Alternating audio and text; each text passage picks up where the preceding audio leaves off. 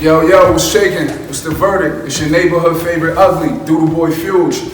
And we here on Get Familiar with a superstar out of Peekskill, who's doing her numbers and got a new project dropping in a couple weeks. Talk to me, SHA, what's the good word? How you feeling? That's a fact, I'm feeling great, man. It's SHA STB from Peekskill New York. I'm 17 years old and I'm doing it big. That's a Finny, that's how you feel? You jumping right into it? I like your energy, B. I like your energy. So talk to me, you coming out of Peekskill New York. For a lot of people out in Brand might be the last superstar that they may remember from Peekskill, but talk to me a little bit what it's been like growing up in Peekskill. Growing up in Peekskill, it's been alright for me. It's a beautiful town, but when you hear Peekskill, most people be like, alright, Peekskill, they soft. You don't gotta worry about them, feel me? It's soft out there, feel me?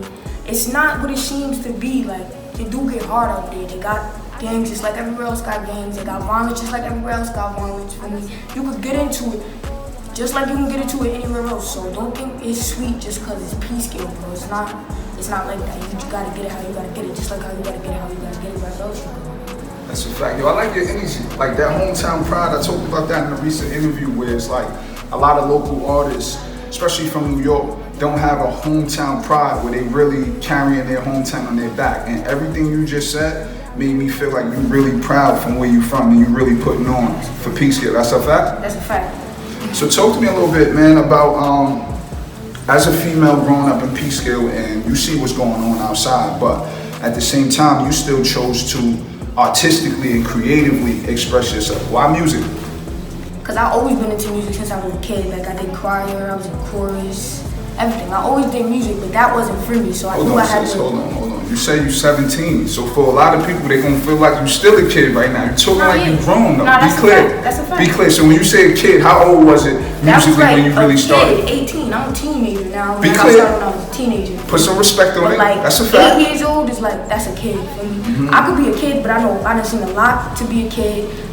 I done been through a lot to be a kid, for me. So what makes you mature, what makes you adult is not your age, in my personal opinion. It's not about your age, it's about your mentality and the way you go about things. Yo, that was a gem. I'm gonna make sure, like in this interview, we quote that, because that was a gem. I respect that OD.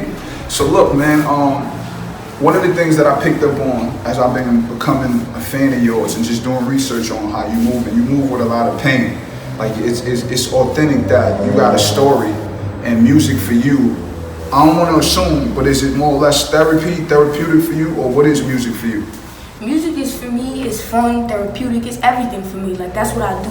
Like listening to my music put me in a whole different vibe than anything else can put me into. Like listening to music in general, if it's on fire, then I'm gonna feel it and I'm gonna just vibe with it. You nice? I'm nice. So when did you look? I don't know yet though. You feel me? When did you? Alright. So when did you really start respecting your talent and said, alright, I really got something though? About like 3-4 years ago. Wow. What happened? I went in the studio, YQ studio actually. I first started messing with YQ like 4 years ago. I went in his studio and I just made some shit. And like everybody was jacking it. After that, I had mad DMs like, yo, SHA, I need a track with you. Yo, SHA, let me get on that. I had posted the song I made in YQ studio and mad people like, yo, let me hop on that. You feel me? Everybody was jacking me, so you feel me? It's not, I don't really care if nobody jacking me, you don't gotta jack me. But when you know the hood is jacking you, you know you got something. Like the hood ain't gonna jack nobody. At all. They not jacking you if you got it. They couldn't let you know the truth. That's what's best about it. They not jacking you if you not. Nice at all. Yeah.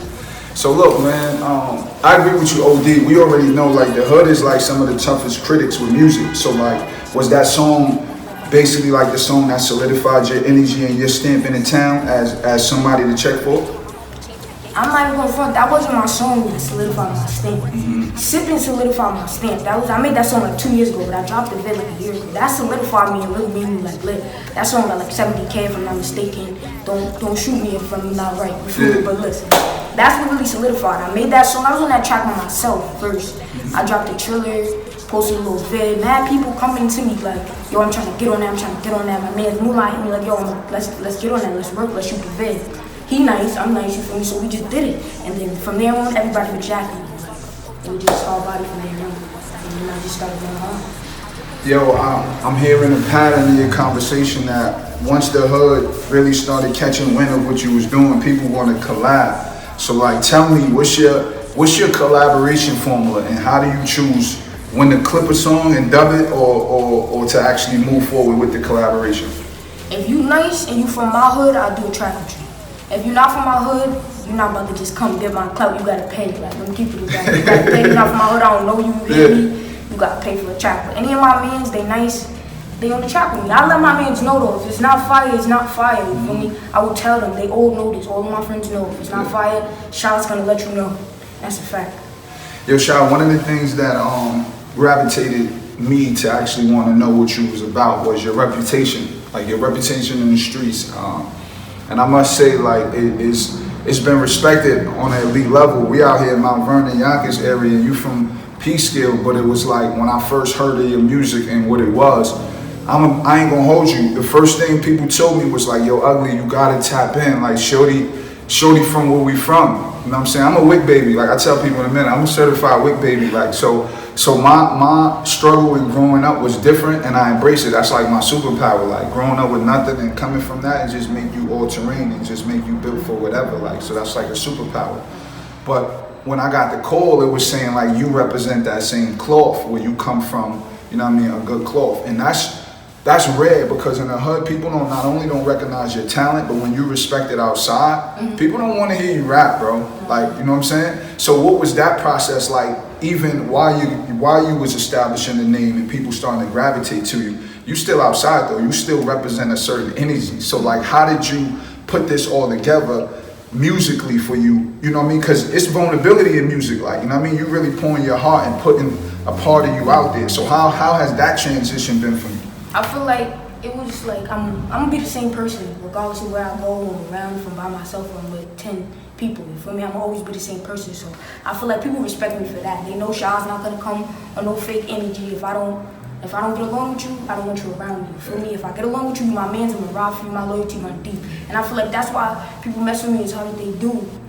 Because my loyalty really run deep. Like anybody around me in my circle, they get whatever I have. If I have it, you got it. You feel me? So basically, I put that into my music, because everything I talk about, you hear me shouting out my bros, you feel me? You hear me shouting out my bros, you hear me talk about where I came from, you hear me talk, everything in my music, I'm not going to talk about it if I didn't do it, if it didn't happen to me, if I wasn't a part of it. I'm not one of them capping rappers, you feel me? So everything I speak about, it happened to me, it's from my hood, you feel me? That's what my hood taught me. So I gotta love my hood, because I wouldn't be what I am without Peekskill, you feel me? I came from nowhere else. Yeah. So like, the reason the way I am is because of Peekskill. That's how it is. Yo, you know, as a artist, right, there's steps to it. So first you become an artist, you identify your talent, and you start putting the work in, right? And then when you say, all right, I want to do this seriously, you have to evolve into embracing and becoming an entertainer.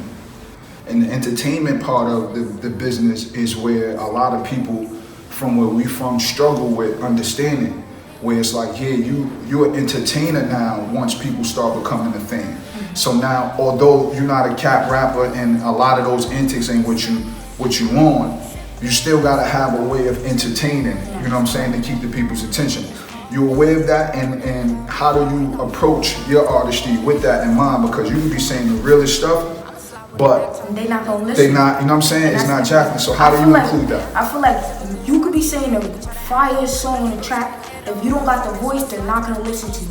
There's a lot of rappers that saying the trashiest stuff. I could curse. Yeah, you can do it. There's a lot of rappers that saying the trashiest shit on tracks, and they got mad views. Like, look at 6ix9ine, bro. That nigga's cold, you feel me? But he did something to make himself stand out. You feel me? So I feel like I got the voice. So regardless of what I'm talking about, I could be talking about sitting on the toilet. They're gonna listen because I got the voice for it. Like, I'm not gonna listen to you if your voice is deep, scratchy, retarded. You have to have the vibe. I mean, I feel like I got the vibe, I got the swag, I got the voice, I got everything.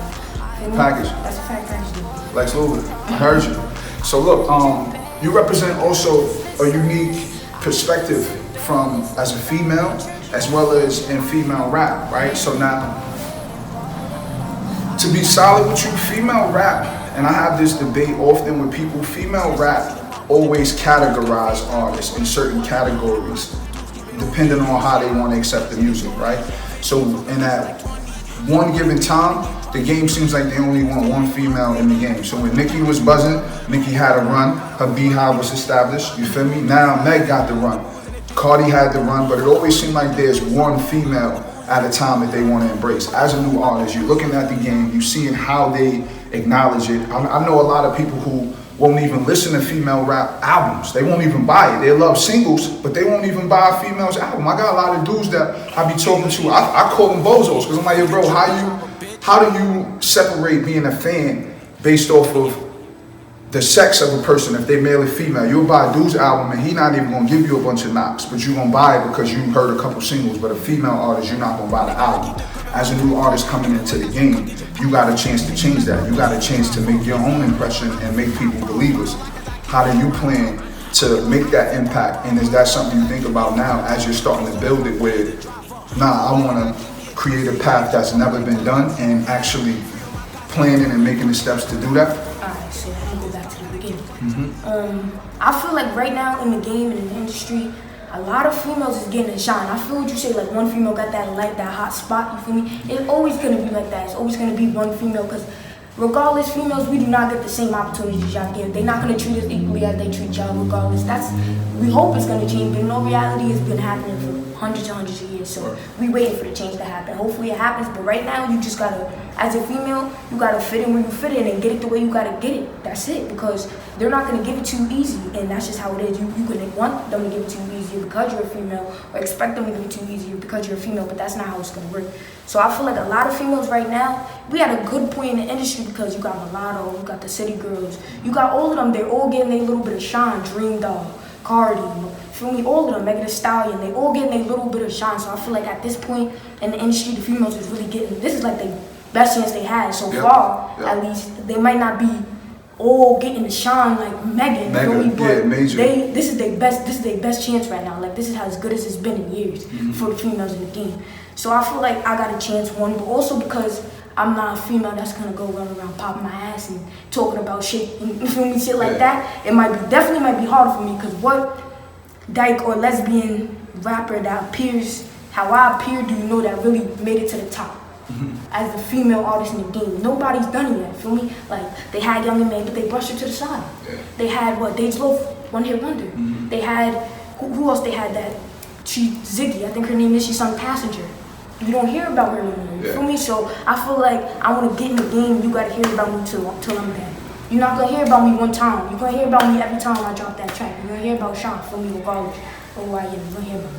That's how I feel. Yo, SHA, I like that. I like that you embrace the lane you're in as a woman, right? You mentioned as we're gonna use the political term. I know you said as a dyke, but we're gonna say LGBT community, right? Because we're moving into the professionalism and like we gotta get those checks and that support because you're representing a community of people, right? So I love that you acknowledge that in the interview, because with me, I purposely didn't want to talk about that, because if we looking at a pop star that was 18, Justin Bieber, then we're not talking about who they sexually into.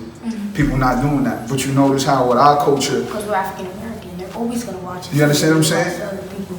And regardless, something about African American person could come out that's not even true. They're gonna push that farther than something coming about Justin Bieber that's definitely true. They might even have a video of him and it might not even get published, you feel me? But if it's a video of me doing something, it's gonna be up there for sure. But that's a good thing, I'm gonna tell you why. And I like your perspective on it also, and you're aware, you understand that. The reason why I feel like it's a good thing, because we're that awesome.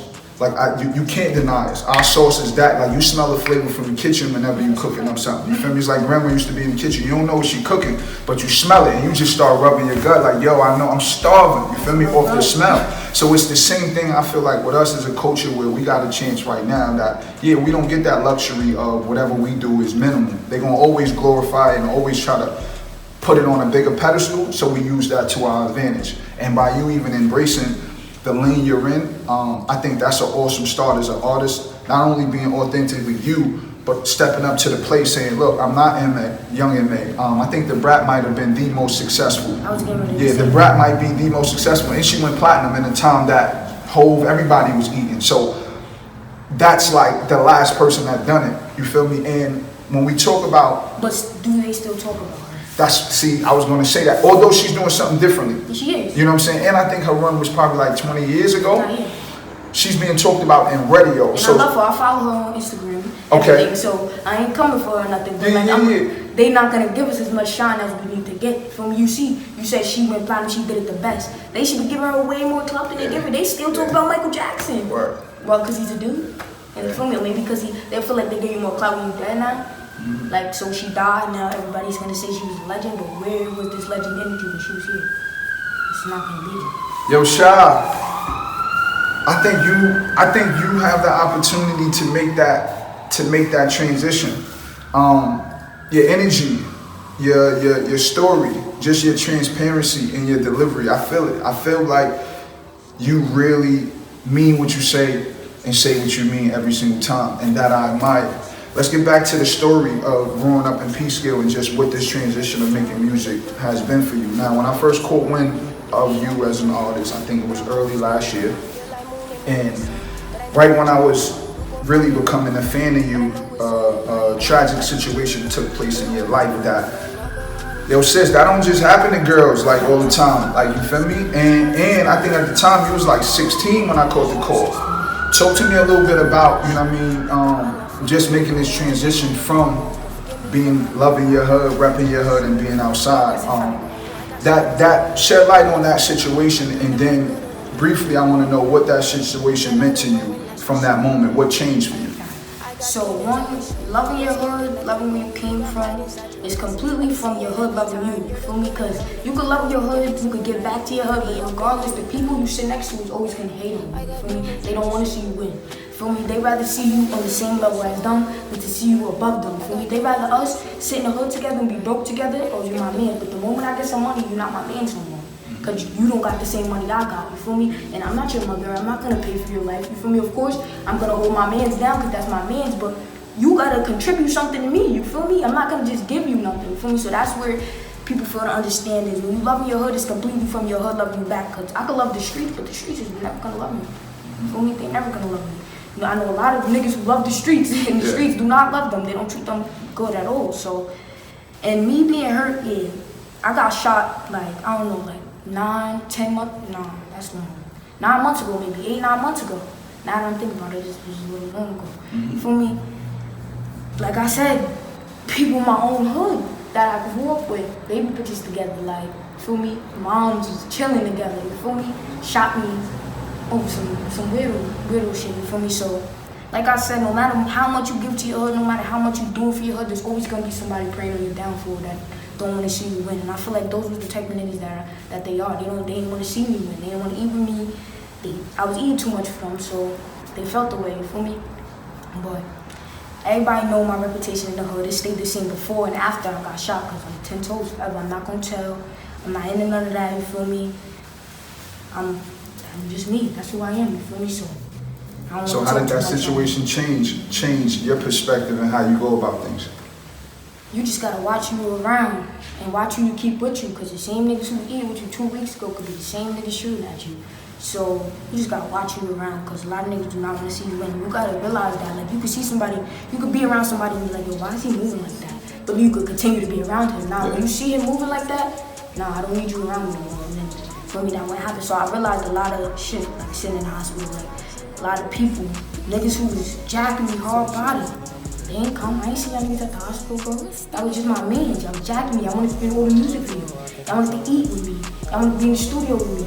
Feel me? Y'all wanted to take pictures with me, take my clout with me. But where was y'all at when I was down? Nobody was there when I was down. And the selective niggas who was there when I was down, I'm not gonna forget about them. You feel me? They always gonna be with me. They just gonna be the niggas who's coming up with me. One of my mans who was dead when I was in the hospital, he was with me. He got killed the day I came out the hospital.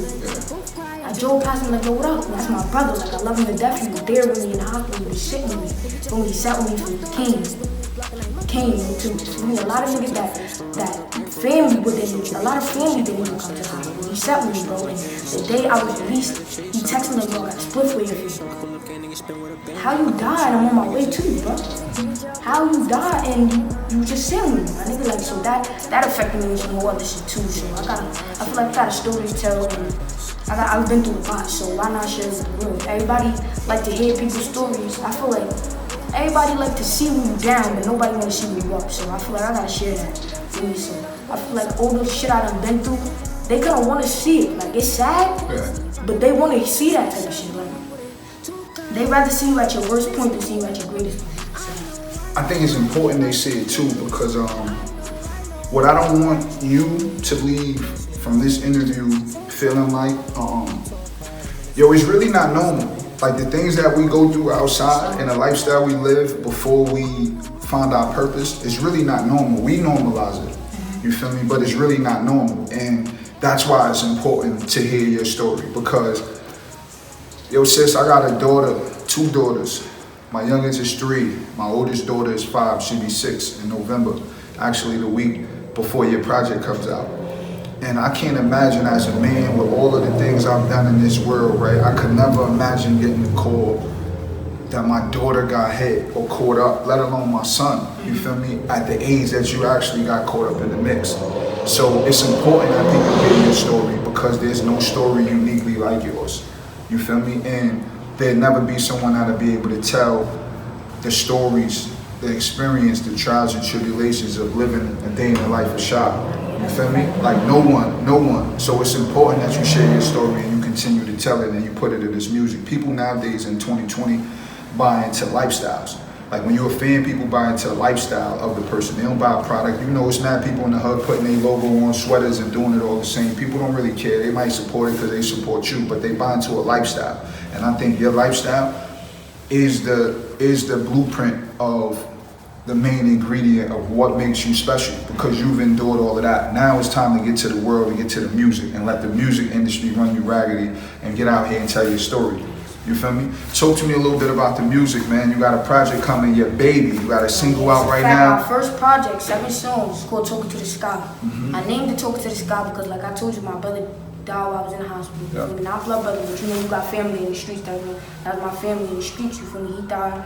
My stepsister died way back for me. I've been doing that shit for her too. I grew like really deep a relationship with her siblings. Like me and her siblings, those is my sisters, those is my brothers. Like regardless of what anybody tell me, they got the same blood, they got the same mom, they got the same father. Our parents is married, but those are my siblings. You feel me? So I feel like she was my sibling too.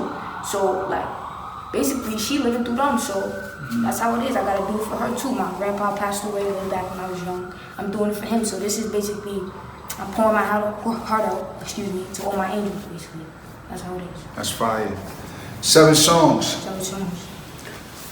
Tell me 3 reasons why somebody should check out any music from SHA and be in tune with checking out this new project that's coming out November 27th. The first reason is it's a vibe, it's lit, you're gonna bop to it. Okay. You're definitely gonna knock it. The second reason is I spit that real pain, so everything I'm saying is facts, so you can relate to it. Okay. The third reason is I'm just lit, I'm overall lit. You gotta come see me. You gotta see me win. You gotta feel me. The more y'all watch me, is the more I'm gonna win. So help me win. So the third is I'm lit and it's something they should be in tune with. Something they should be in tune with. Yo, listen, sis, I want you to do me a favor, man, as you continue to make this music, don't be afraid to put all your vulnerability and all your pain in your music. I know this project is gonna be like a melodic project. Yes. I be paying attention. So now you're playing with the flows now, because you know when somebody get busy rapping wise, they really can't get busy learning how to make songs. What's your song process like making songs? I'm a melodic artist all around. Like I feel like I'm a melodic artist. I could drill rap, I could rap, but I prefer to make melodic music because drill rap, that's not going platinum. That's not getting no radio play. I make tunes that you want to hear on the radio. At least when you bop into it, they're like, damn, you should put that shit on the radio. Feel me? So that's the type of music I make. Feel me? The process, I listen to the beat. I like listening to the beat in the studio and writing in the studio because it's so much louder. But if I got my headphones in or a speaker near me, I listen to the beat and I'll just write. Whatever comes in my head, I say it. But I harmonize first before I like rap. Harmonize, you gotta find your flow. And then from the flow, you find the words. Like once you got a fire flow, you can say whatever you want to say with it. You feel me? So yeah, that's how I do it. Okay. How often do you write? What's the writing process for you? Is it a daily thing or just when you feel it? As much as possible. I could be sitting there smack like, yo, turn the beat on. Yeah. Just feel me be vibing. I even vibe with my mans, write with my mans. I could write something with my mans and then I could go put it on something else. For me, like there's certain stuff I could write and then say it could be on a different beat. You feel me? Say a producer came to me like, yo, I got this fire beat. I'm listening to the beat. I'm like, yo, I'll write something that might go with this. You feel me? And then put it on there. You feel me? So I feel like whatever beat you throw at me, whatever word you throw at me, I'm be able to write something to it. Yeah. That's what's up. November 27th, the week of Thanksgiving. Yeah, Black Friday. Talk to us. 7 songs. Who's some of the producers you've been working with on the project, or where you been snatching your beats from? YQ, one of my producers. I've been to PCFS Studios in Mount Vernon, owned by GMs. Yeah. Yeah, that's basically those are the 2 main people I mess with that I recorded with for this project. Those are the 2 main people I recorded with on this project that I'm positive with. I'm very selective about the studios I go to because everybody's quality is not it. Yeah. All the producers don't always got it, you feel me? So those is really the only 2 studios I go to as of right now. Okay. So, no, I was rocking with them on this one. November 27th. It's a fact. It's in the streets. It's in there. It's up there. It's a fact. It's up there and it's stuck there. I need to understand right now, as we closing out 2020, because 2020 has been a trying year with COVID and everything else. What's something that you've taken from COVID that actually has changed your perspective about life and how you doing music? I take it from COVID that at any point in your life, something could stop you from being able to do what you gotta do. Because honestly, this whole pandemic has stopped a lot of people from grinding, from going to work, daycare's closed. It stopped a lot of stuff. So at any moment in your life, there could be a barricade that you gotta hop over, that you gotta fight through. You feel me? You can't let the simple fact that this pandemic stop you. You still gotta work hard. You still see the pandemic. We ain't here working. You feel me? So regardless of the fact you gotta work, that's hard. And it also taught me stay away from people. They got germs. Like don't be all over everybody, bro. That's not the vibe. That's how we got this shit. He's got cooties, man. That's a fact. That Stay away cooties from out of people. here. Wear your mask. That's what he told me. Wear your mask. I'm wearing the mask forever. Word. Yo, SHA, I appreciate you tapping in with me, man. Pulling up, letting the people know, giving the people an opportunity to get familiar with you. So before we get out of here, man, I'm gonna let you do your thing. Give them a drop. Let them know the project is coming. Where to catch it in all your social media networks. On behalf of your neighborhood, Ugly, man, Doodle Boy Fuge. Ugly, I appreciate you, man. That's a fact, man. Appreciate you. Talking to the Sky, November 27th, dropping. 1 song from the EP is out already. Problems on all platforms, and the music video is available on my YouTube under SHA STB. SHA STB. Let's get it. Y'all already know, Ugly followers, man. Tap in, stop playing. Don't be stingy with the SHA love. STB on Facebook. Everything SHA STB, man. Look me up, I'm popping up. Y'all got to. Do the right thing. You know you want to do. Y'all already know it's your boy, Doodle Boy Fuge. Get familiar with. Thank you to the good people. SRL Daily. We working. Peekskill. I see y'all, Uglies. Down from my little niggas bad action. I put too special, like, hold on. Got my guts, so they know my show. If I spot them, I got them, I promise. Baby girl, I don't feel it's beyond it. If I want it, I bought it, I copped it. Bitch, I'm ballin', you know I been poppin'. But I'm pissy, little bitch, get it cracked it. Down from my little niggas bad action. When I step in this spot, bitch, I got it. Got a whole lot of racks in my pocket. Taking off with the G's in the rocket. Keep on going, they know I ain't stopping. Baby talking, so I had to drop him. When I walk in this spot, know I got him. Don't you running on rocket, cause who be? Know she want me, I'm